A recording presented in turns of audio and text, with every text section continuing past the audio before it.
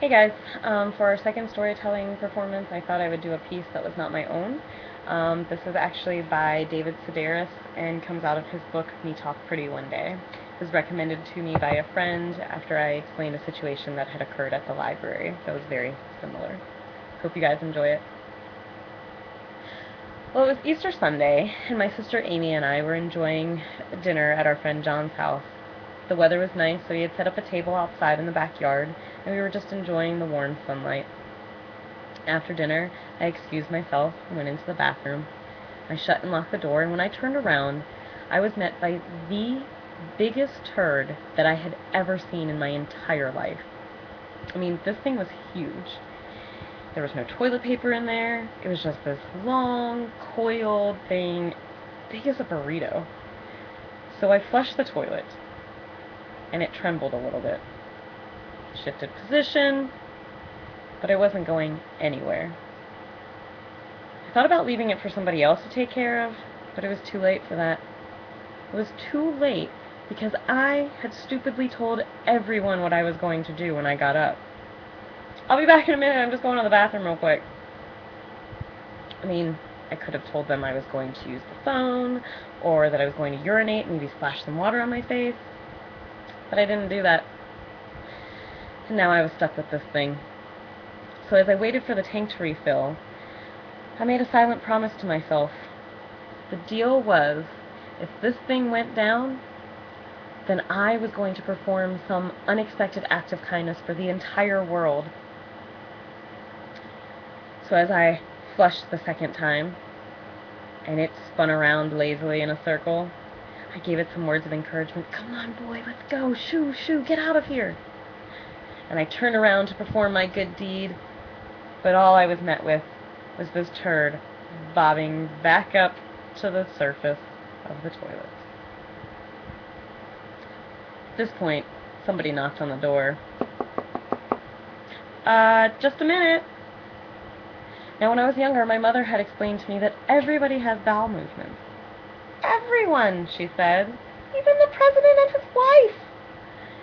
She would point to doctors and neighbors, police officers, the people on TV. Everyone does it. It's natural.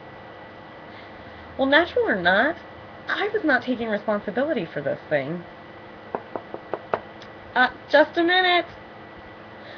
At this point in time, I seriously considered scooping this turd up out of the toilet and dumping it out of the window. It honestly crossed my mind. The only thing that kept me from doing that was knowing that we were on the ground floor and only 10 feet away from that window was the dinner party. They would surely hear the window open, see something drop to the ground, and these were the type of people that would definitely come over and investigate. And there I would be, with my unspeakably filthy hands, trying to convince them it's not mine. And the only person that would believe me was the person who had left this in the toilet in the first place. And I seriously doubt that this freak in question was going to come over here and lay claim to it. I was trapped. Just one more minute.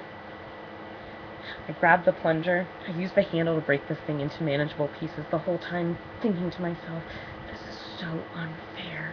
This is not my job. I flushed. It wasn't going down.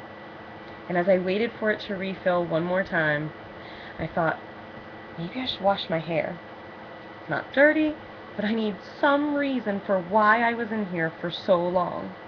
These people probably think that I use dinner parties as an excuse to defecate and catch up on my reading.